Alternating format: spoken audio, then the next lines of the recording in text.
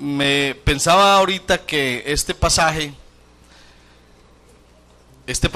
tiene mucha alusión al trabajo que nosotros queremos plantear esta semana sobre lo que es la enseñanza de afuera, lo que es la enseñanza nuestra, diferenciar lo que viene de arriba con lo que viene de abajo y ser muy expertos para guardar siempre el equilibrio, hasta dónde podemos utilizar las cosas que nos rodean sin que nos afecten la esencia de la enseñanza que viene del cielo.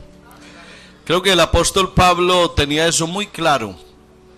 Al apóstol Pablo le correspondió un tiempo, una época difícil. Los griegos eran los sabios del mundo, y ahora llegaba Pablo y el cristianismo con un mensaje que para ellos era una locura. Era muy difícil para el mundo secular aceptar que el que estaba clavado en una cruz, que el que estaba humillado en una cruz, sería el salvador del mundo. Para los griegos eso era una locura. Y viéndolo desde ese punto de vista, sí que tenían razón. Al apóstol Pablo le correspondió entonces echar mano de lo que tiene que marcar la diferencia, y es la presencia del Espíritu Santo en medio de la iglesia. Si el Espíritu de Dios está en medio nuestro, con seguridad marcaremos diferencia. En la medida que el Espíritu Santo esté al margen de nuestro trabajo, de nuestra predicación, entonces la iglesia empezará a meterse en las cosas de afuera, y lo de afuera empezará también a permearnos. Y a lo último, Dios nos guarde, no sabremos cuál es la línea que nos separa de las cosas que no son de Dios. Qué terrible el día que esa mistura se dé.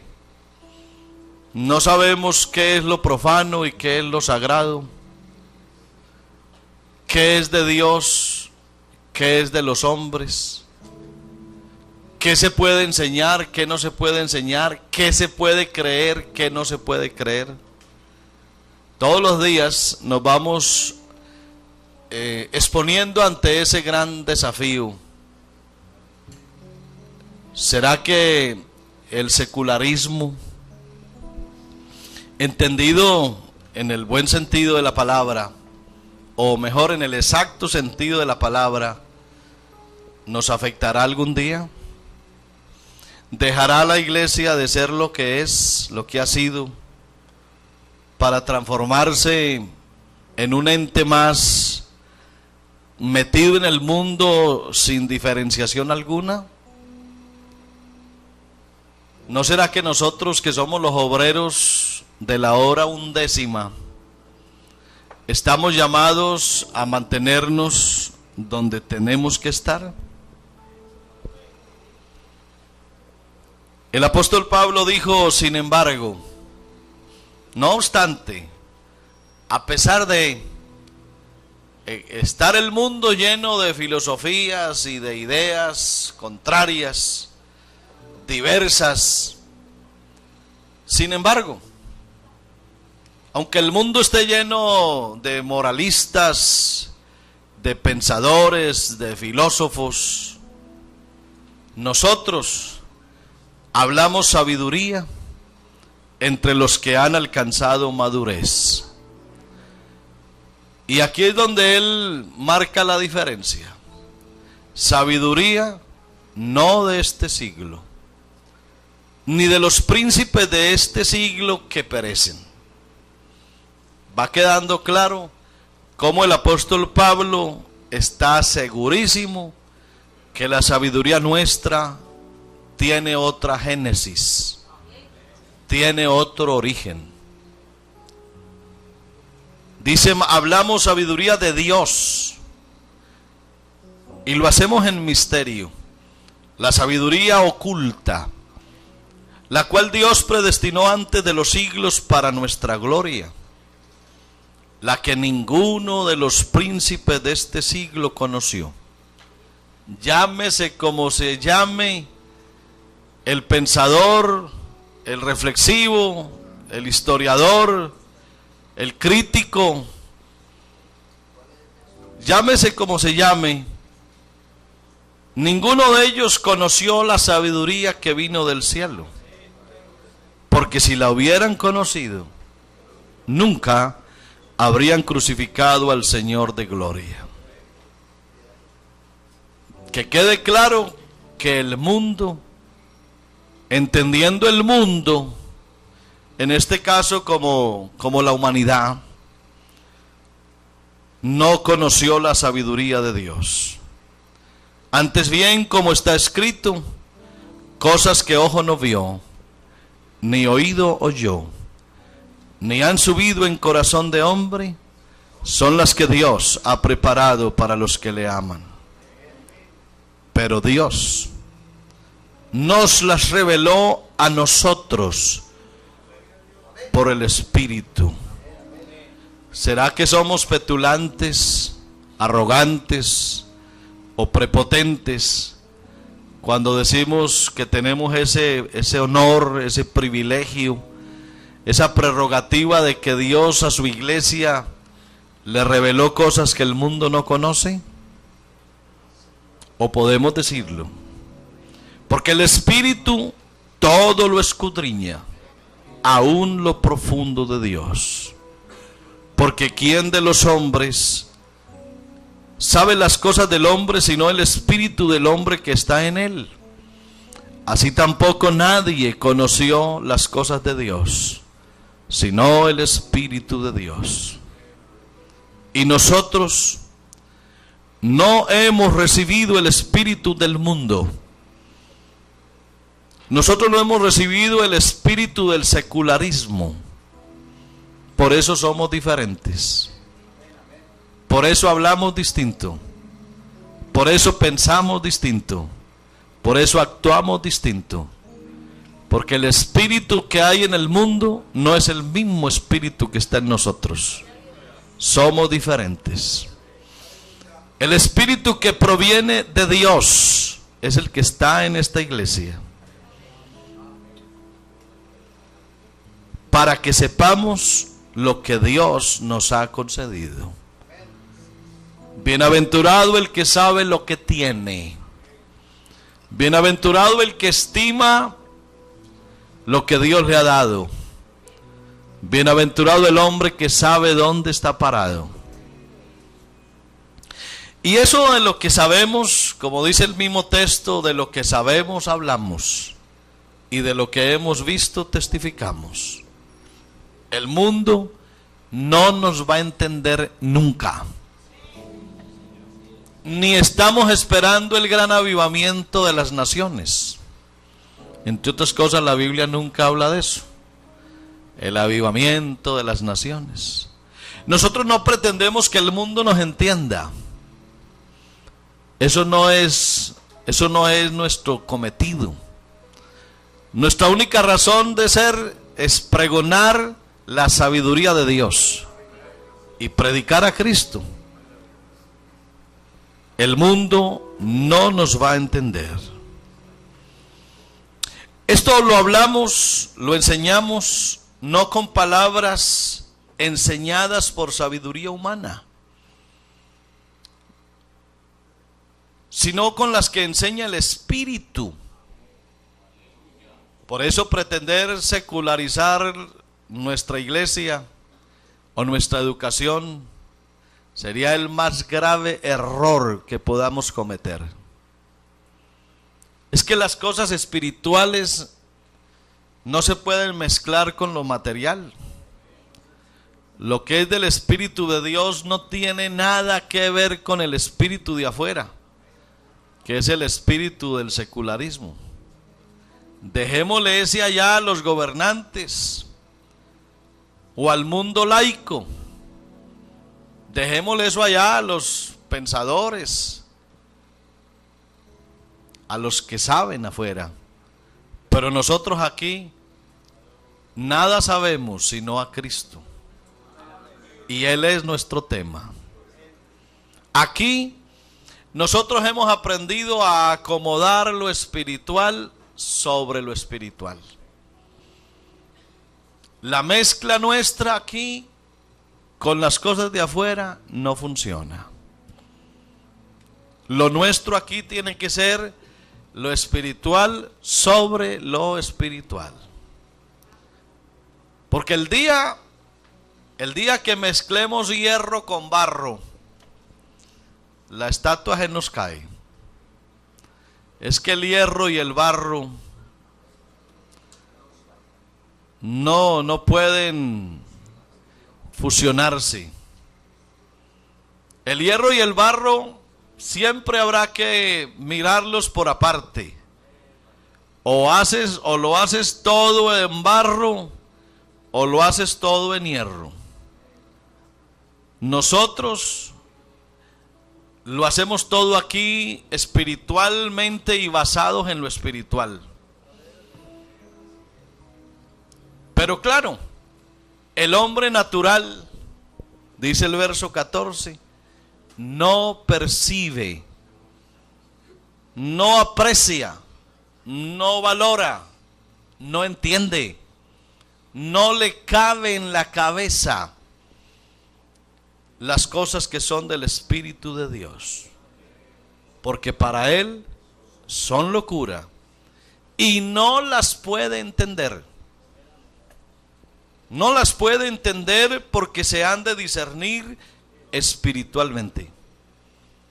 Así que no pretendamos aquí que el mundo va a salir detrás de nosotros, ni nos van a aplaudir, no nos van a felicitar.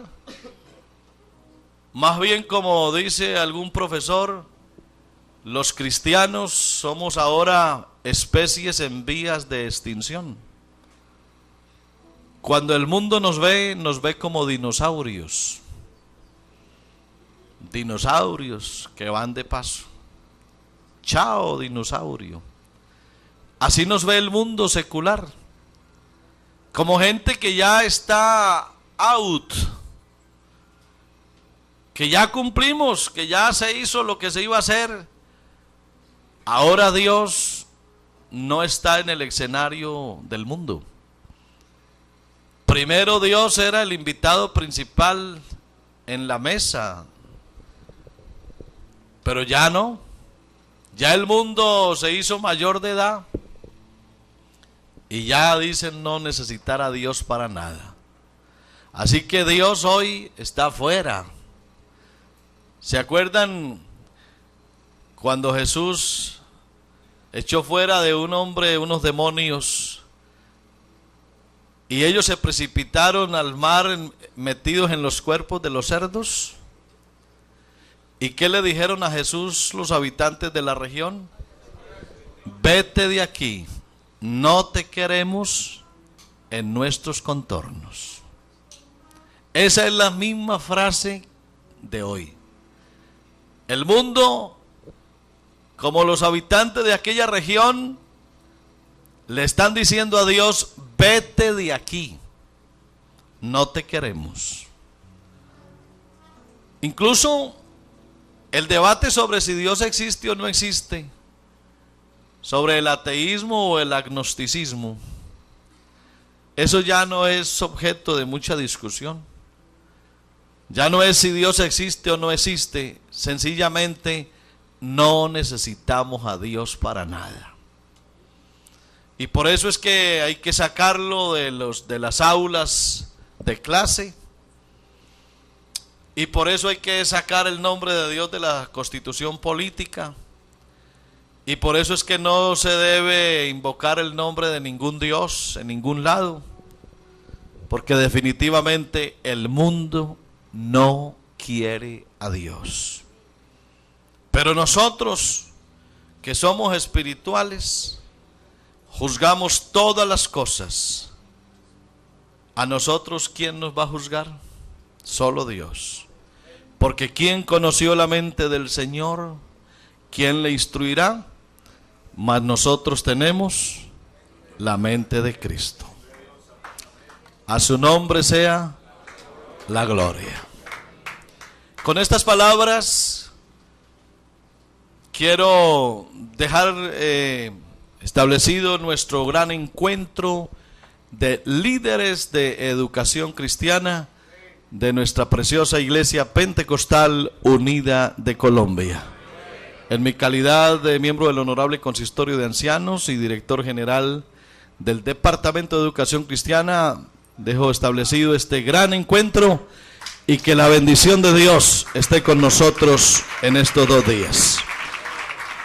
Tengan la amabilidad de estar de pie.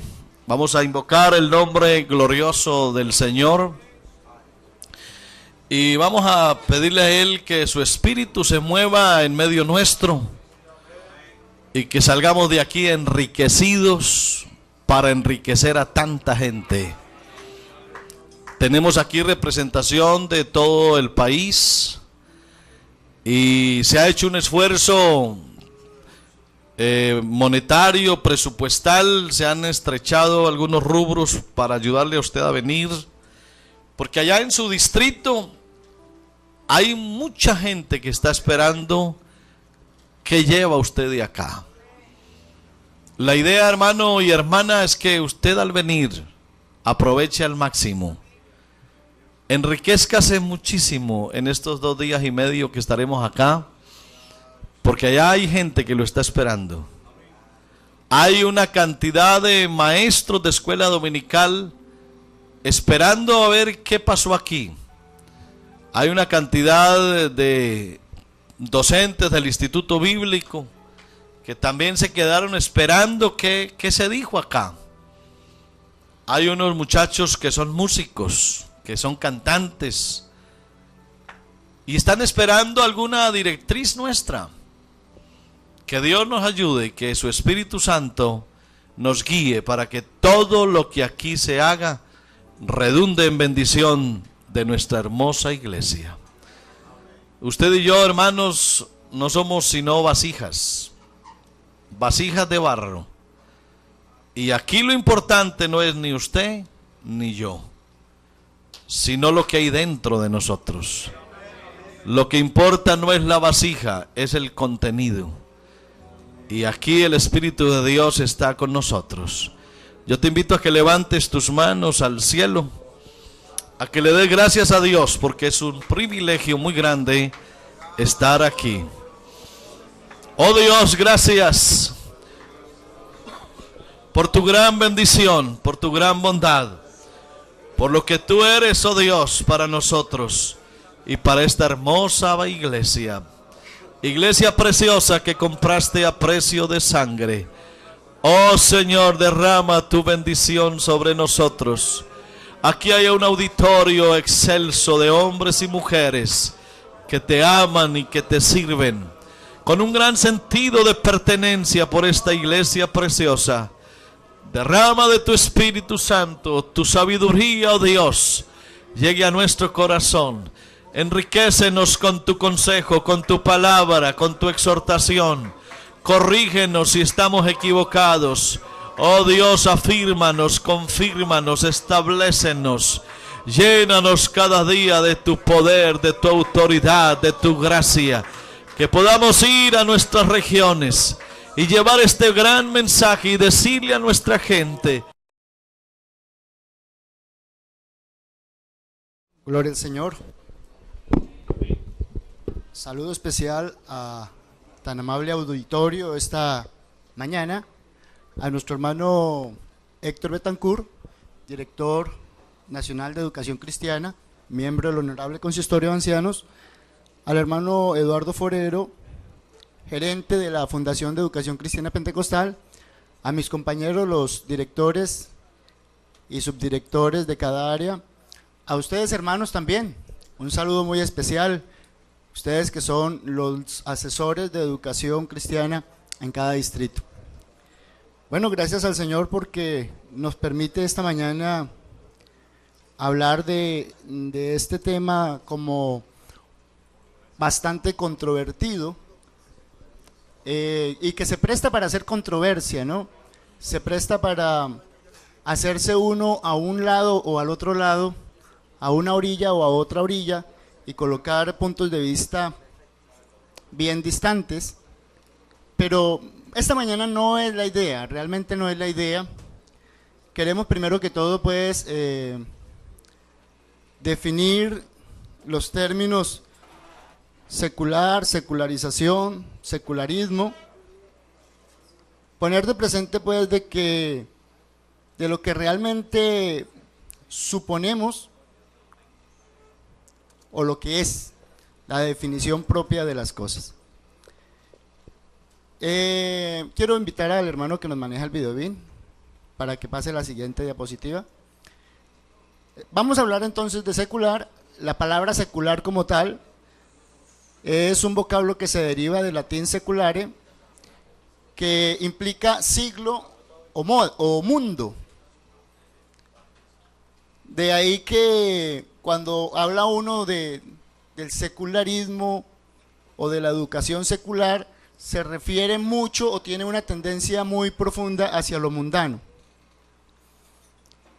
El vocablo saeculum, que tiene mucho que ver con el seglar,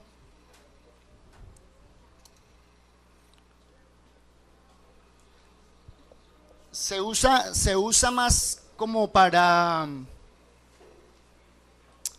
denominar o definir a personas integrantes de un ente religioso, pero que no son clérigos.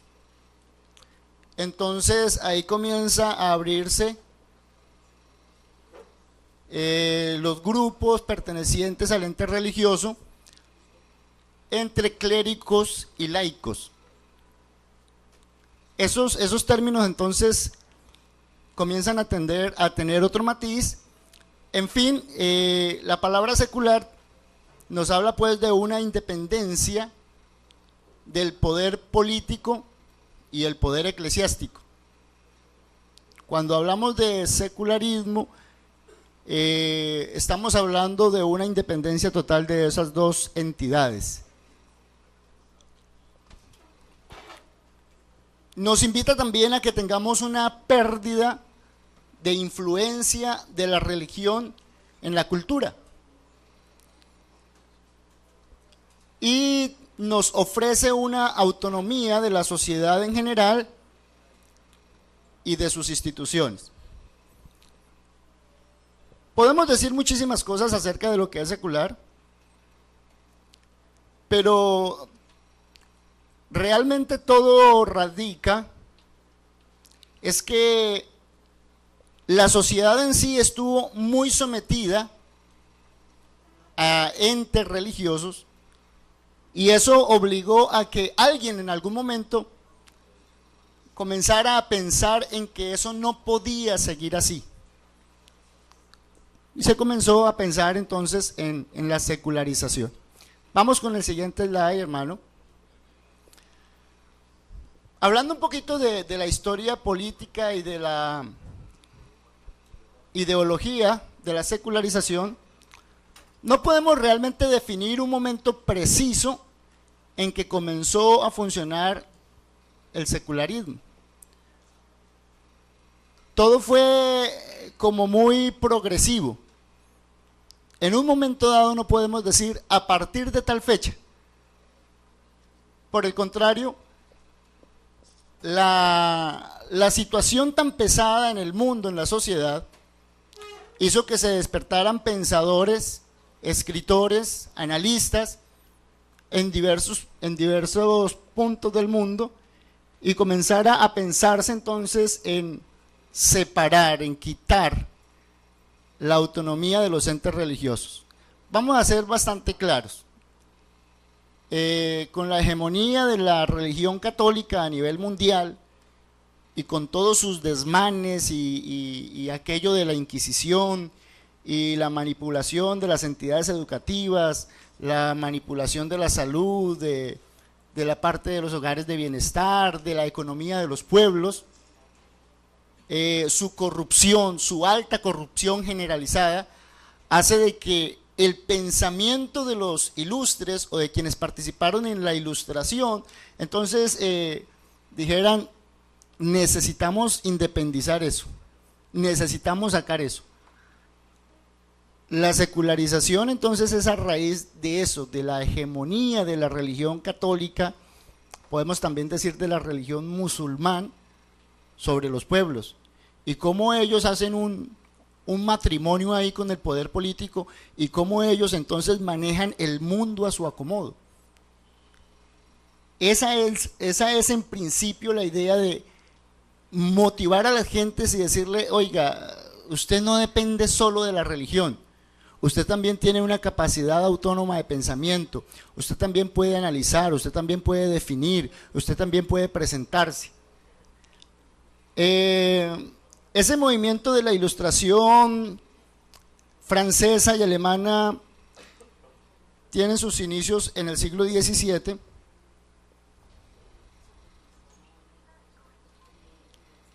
En el siglo XVIII, perdón, y justamente con la Revolución Francesa, entonces es como que tiene más proyección, en 1789 más exactamente.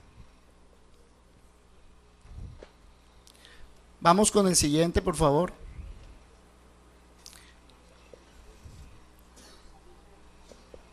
Estamos hablando entonces de por qué aparece la secularización. Un absolutismo religioso en el manejo de la sociedad. Muy claro, muy patente. Hablemos de lo que fue el descubrimiento de América, la colonización, la entrada de españoles aquí a nuestro país, y eso fue que o usted se convierte al catolicismo o usted necesariamente se muere. Espada y cruz. Y ellos entonces definían quiénes eran los virreyes, y ellos definían entonces quiénes eran los feudales, y ellos definían todo. Así de simple. Un absolutismo religioso en la sociedad. No solamente en Sudamérica, eso también ocurrió en Europa. Hablemos entonces de cómo era que definían o decidían el nombramiento de los reyes, de los emperadores. Eran los papas, y si tenía el visto bueno del papa, entonces era, y si no, no servía. Resulta de que de la corrupción y de la desigualdad social en el mundo, unos abismos demasiado grandes entre los que tenían el poder, entre los que tenían la riqueza y la gente social menos favorecida. Hablemos entonces también en esa revolución industrial y en esa revolución francesa, esa distancia tan grande que había entre el asalariado, el proletariado, y quienes eran los grandes feudos, los dueños de los grandes feudos o de las empresas industriales. Una diferencia abismal. Y es por ahí por donde también comienza a resultar entonces las famosas escuelas dominicales, que a veces uno piensa que es que la escuela dominical nació en La Pente y no nació en La Pente. Eso viene trabajándose desde cuando a alguien se le ocurrió observar al proletariado trabajando 16 horas diarias, y el único día que le quedaba era el domingo y no tenía la oportunidad de capacitarse. Entonces a un filántropo se le ocurrió que el domingo le diera clases de alfabetización al proletariado, a los obreros, a los que trabajaban 16 y 18 horas diarias. Allá fue donde arrancaron las clases del domingo, que después las iglesias protestantes o las iglesias que están separándose del catolicismo comienzan a implementarla para enseñar clases de niños y clases teológicas. Eso es otra cosa, pero realmente nació de alguien que se preocupó por la clase menos favorecida como el proletariado de su momento. La secularización resulta del nacimiento de comunidades educativas. Entonces se comienza a pensar de que no necesariamente los clérigos eran los dueños y amos del saber, sino que también habían otros que sin ser clérigos podían ser docentes. Aparecen instituciones educativas de carácter particular y ellos son los que están diciendo: separemos, saquemos esto, la educación no puede seguir siendo manipulada por la religión católica. Estamos hablando de algo que no es la iglesia del Señor, sino de un ente religioso corrupto, un ente religioso que siempre propendió por hacer lo malo y que siempre quiso tener de su lado a quienes tenían la riqueza y el poder. Estamos hablando de lo que ha sido el problema de casi todos los siglos y de toda la humanidad. Ese ente religioso tan grande como es el catolicismo. Ojalá no haya aquí ninguno que se ofenda por lo que yo estoy diciendo. El descubrimiento de las cosas gravísimas que los dirigentes religiosos habían cometido: la Inquisición, la manipulación y el abuso del poder. Eso es justamente lo que genera o el resultado de la secularización, es eso. Vamos al siguiente slide. Dice, bueno, entonces para nosotros, en fin, para nosotros, ¿qué es secular? La palabra secular implica necesariamente la separación entre la iglesia y el Estado, pero no la iglesia pentecostal. Hablemos más bien de los entes religiosos que aún siguen gobernando el mundo. Para nosotros, y de ende, si nosotros quisiéramos sentirnos a un lado de los dos bandos, seguramente que todos nosotros fuéramos parte de la secularización. Cuando se hace la nueva constitución en el país, en 1991, donde de alguna manera se quita la influencia católica en el país, todos nosotros dijimos: sí, eso tenía que ser así, eso tenía que ser así. Aquí no solamente existe la Iglesia Católica, aquí también existen otras denominaciones. Entonces, viéndolo desde ese punto de vista, todos nosotros somos unos excelentes apoyadores de la secularización. Eso significa secular, la separación entre el ente religioso corrupto y el Estado. El secularismo, entonces, es el Estado el que debe sustituir al ente religioso en todos los aspectos. Ahí sí ya no vamos nosotros, porque nosotros hablamos de una parte espiritual y nosotros sabemos que hay unas cosas en las que Dios obra en el hombre, que son determinantes por Dios: la salvación del alma, la estabilidad emocional de la persona, que radica mucho en la paz que le ofrece Dios al hombre. Podemos hablar entonces aún de la estabilidad familiar. Podemos hablar entonces del mismo comportamiento de la persona, de la misma conducta de la persona como consecuencia de la obra de Dios en el hombre.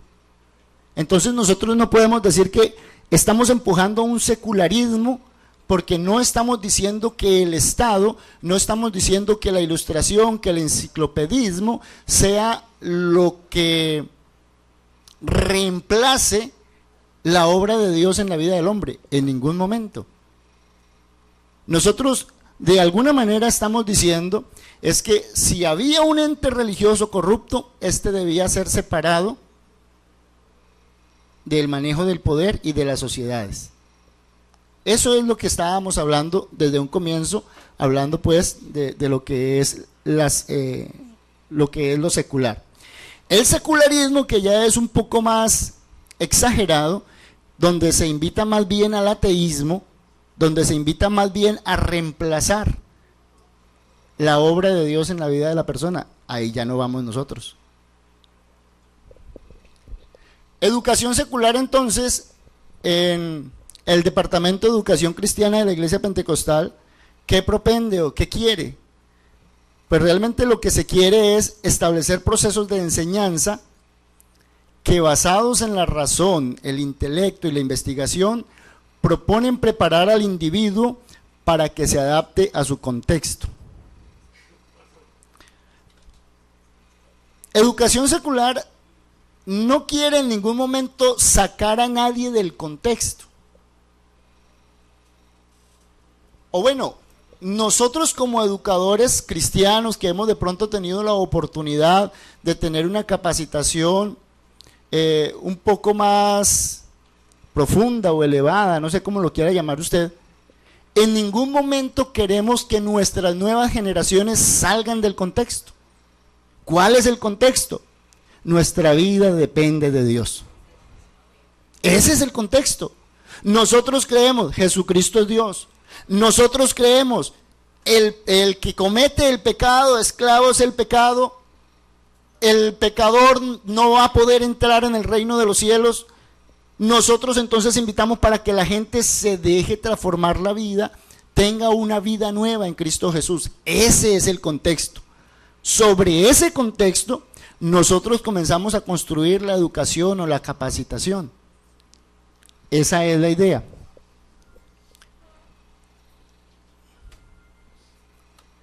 La educación formal y capacitación para el desarrollo humano es la oportunidad que el hombre, haciendo uso de ese don dado por Dios, tiene para conocer, para saber, para entender que es un ser que depende de Dios.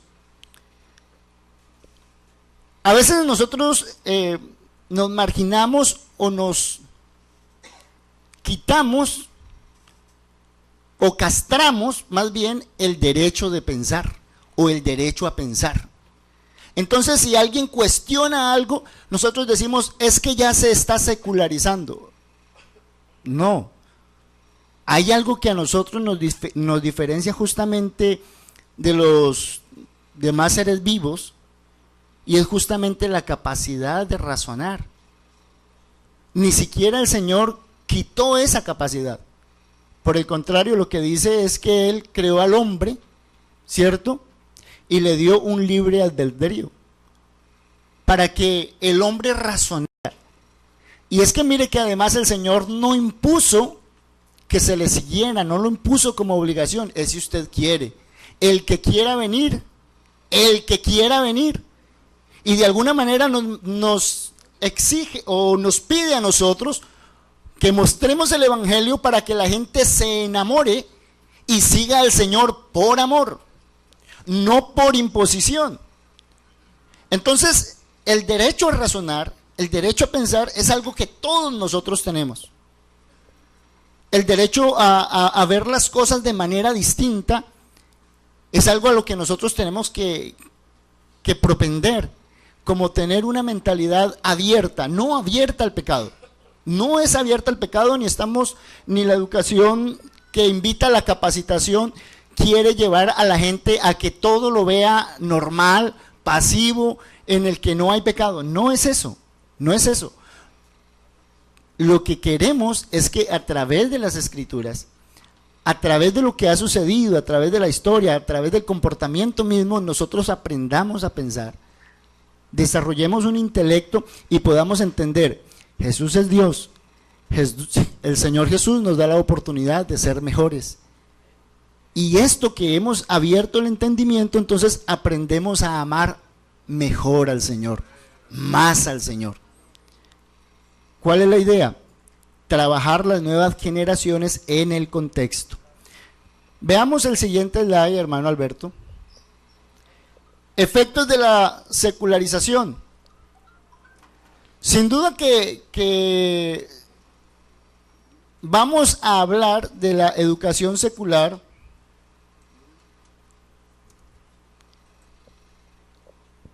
no como la intención de llevar al hombre para que se separe de Dios. No hablamos de un secularismo.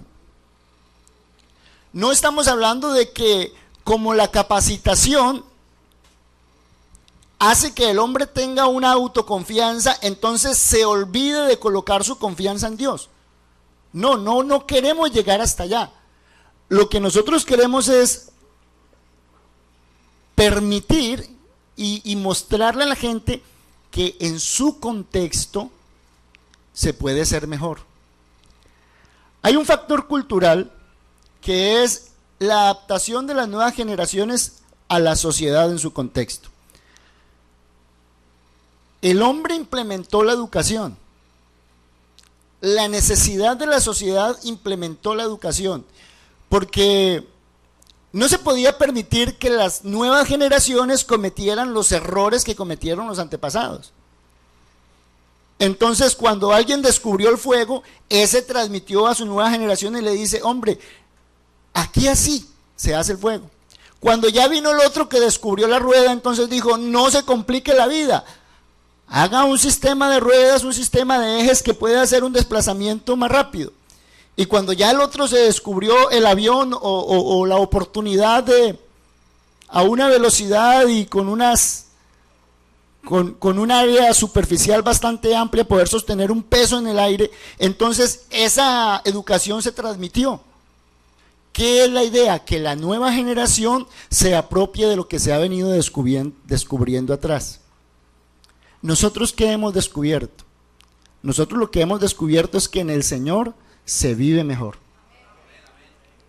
Que vivir en Dios es la oportunidad para uno acceder a las cosas más fácilmente. Y esa educación es la que tenemos que transmitir. Pero ubiquemos primero el contexto, no nos salgamos del contexto. Hay personas que dicen que definitivamente ese hermano no se hubiera descarriado si no hubiera entrado a la universidad. Yo no considero eso como muy preciso. El que se va a descarriar se descarría con o sin universidad. El que conoce a Dios lo conoce y de ahí no lo mueve nadie. Pero ya es una disculpa como muy fatua, me parece a mí, llegar a pensar que fue la universidad la que lo sacó del evangelio. Yo no creo eso. De lo contrario, no hubiera hermanos trascendentes aquí en el ministerio y en la administración de la iglesia. Dijo el hermano Héctor Betancourt, con el perdón del hermano Eduardo, nombrarlo, pero bueno, ahí tenemos una muestra patente de que la universidad no hace descarriar a nadie. Por el contrario, hay muchos grandes hombres de Dios que han estado en el consistorio de ancianos y que han estado en las mesas de trabajo y que han estado trabajando con la iglesia, pero no todos han tenido ese bagaje y esa oportunidad de continuar en campos administrativos.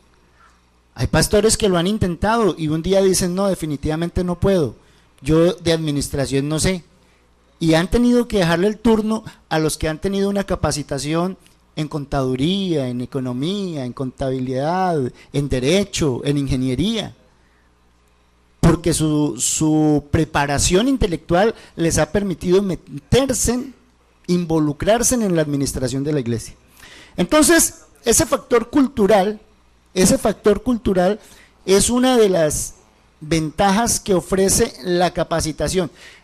Yo sí quisiera esta mañana de pronto que pensáramos en cambiarle el nombre a esta área, que bueno, está bien, no se llame más educación secular porque es que como que trata de mundanalizar o meter el mundo a la iglesia. No, yo creo que no hay problema en cambiarle el nombre y ponerlo capacitación para el desarrollo humano. Eso sería lo de menos. Pero esa capacitación para el desarrollo humano no invita a que nos alejemos del Señor. Hay otro factor que es el de cambio social. El cambio de conducta obedece a la educación recibida. Usted dirá: uy, pastor, me da pena con usted, pero el cambio de conducta obedece a un milagro. Yo lo quiero llevar un poco más atrás en el proceso, porque realmente lo que sucede cuando una persona tiene un cambio de conducta por el milagro de Dios, obedece también a un proceso educativo. Una persona no logra tener una transformación en su vida si ella no lo permite. Comencemos por definirlo ahí. Si yo no quiero que Dios cambie mi vida no es transformada. Pero yo ¿cómo quiero? Cuando yo logro conocer, cuando yo logro entender, cuando yo logro comprender, cuando ha habido un tutor o un docente que me ha mostrado el Evangelio, que me ha hecho enamorar del Evangelio, y ha habido un proceso educativo. Si no hay un proceso educativo, no hay un aprendizaje. Y si no hay ese aprendizaje, yo no voy a disponer mi corazón para que Dios me lo transforme. Entonces, sí hay un efecto en esa capacitación, sí hay un efecto trascendente en el cambio social. Mi cambio de conducta obedece a una transformación por Dios, un milagro de Dios al que yo le doy oportunidad cuando ha habido en mí todo un proceso educativo. Esta capacitación para el desarrollo humano también genera un motor de progreso económico. Dígame usted, hermano, ¿a quién le rinde más? ¿A alguien que deshierva con machete o a alguien que deshierva con guadaña? Le rinde más, le pagan más y se demora menos. Pero si yo no tengo una capacitación previa para manejar una guadaña, hermano, pero es que eso de meterse a aprender, a estudiar, eso es del diablo. Yo no sé quién se lo inventó, por qué se lo inventó, yo no creo eso. Si usted necesita capacitarse, necesita capacitarse. Y si no, entonces nunca compre carro porque va a tener que capacitarse para manejar carro. Y nunca compre celular de última tecnología porque le va a tocar capacitarse para poderlo manejar. Nosotros no nos podemos aislar de un mundo que es real y que entra en una globalización y en un mundo de competencias. Nosotros tenemos que estar ahí. Entonces, la capacitación implica y es un motor de progreso económico. Por último, es un motor de desarrollo humano. La capacitación implica un beneficio de tipo social y de tipo individual. Yo no sé si ustedes han observado cómo le cambia, dijo el soldado, cómo nos cambia la vida. ¿Cómo le cambia la vida a una niña de pronto que todo el tiempo ha estado en el campo, que sale a la ciudad, que es muy consagradita, pero que allá en la ciudad le dan la oportunidad de acceder a una capacitación y logra terminar una universidad? Cómo su proyecto de vida se forma, cómo ella entonces ahora tiene como unas ganas, un deseo de vivir, como que se libera de toda esa cantidad de complejos que trae de su cuna. ¿Y qué fue lo que pasó? Que fue que le dieron la oportunidad de que se capacitó y entonces cuando termina su estudio, entonces termina diciendo, oiga, gracias al Señor, gracias al pastor, gracias al hermano, mire, si el Señor me ayudó y yo pude terminar la carrera. El pastor me orientó y me dijo que en tal ciudad, que en tal parte había un centro educativo y allá encontré una familia de la iglesia, me abrigaron allá y me dieron la oportunidad de trabajar y de estudiar. Pero gracias al Señor, hoy soy profesional. Eso es muy motivante. Ese muchacho o esa niña que ha logrado hacer eso ha tenido un desarrollo total.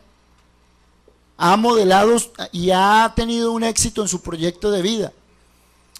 Pero si nosotros seguimos pensando que no, que la educación es un caballo de Troya, donde el mundo se nos está metiendo por ahí, yo creo que estamos en serios problemas porque no hemos interpretado realmente si funciona, si sirve o no sirve la capacitación. Y yo creo que sí sirve de mucho. Yo creo que lo que nosotros tenemos que siempre propender es por mostrar que la herramienta no es mala. El que es malo es el que la maneja. Un vehículo, usted lo puede demostrar que es muy bueno, que sirve para salvar vidas, y le ponen una luz encima y lo pintan de blanco y le colocan una cruz roja y entonces lo llaman ambulancia. Pero otros dicen, no, ese vehículo es para acabar con la vida de la gente y le meten un petardo por debajo. ¿El vehículo es bueno o es malo? Depende de quien lo use. Es así de sencillo. Entonces, ¿la capacitación es buena o es mala? Depende de quién la use y para qué la use y en el contexto en que se encuentre. Nosotros no podemos satanizar todo. Nosotros no podemos entrar a decir entonces que es que el cuchillo es malo. Porque entonces, ¿qué le damos a las señoras para que pelen las papas? Y en Boyacá lo usamos bastante para pelar papas. Pero quítele el cuchillo al cirujano, quítele el bisturí al cirujano porque es un arma cortopunzante y entonces ¿cómo opera? Mire, hermanos, yo creo que la capacitación es necesaria. Lo que pasa es que no la podemos sacar del contexto. Si nosotros la sacamos del contexto es un problema. Ay, que la capacitación genera autoconfianza. Digámosle a los músicos que no vuelvan a ensayar. Y digámosle al predicador que no vuelva a preparar el sermón, que no vuelva a leer, que no vuelva a investigar. No vamos hasta allá. No vamos hasta allá. Nosotros siempre vamos a depender de Dios. Y eso es lo que tenemos que enseñarle a nuestras nuevas generaciones. Dependemos de Dios. Vivimos por Él y para Él. Y sobre esa estructura, entonces comenzamos a abrir capacitación. ¿Para qué? Para que vivan mejor. Dios les bendiga.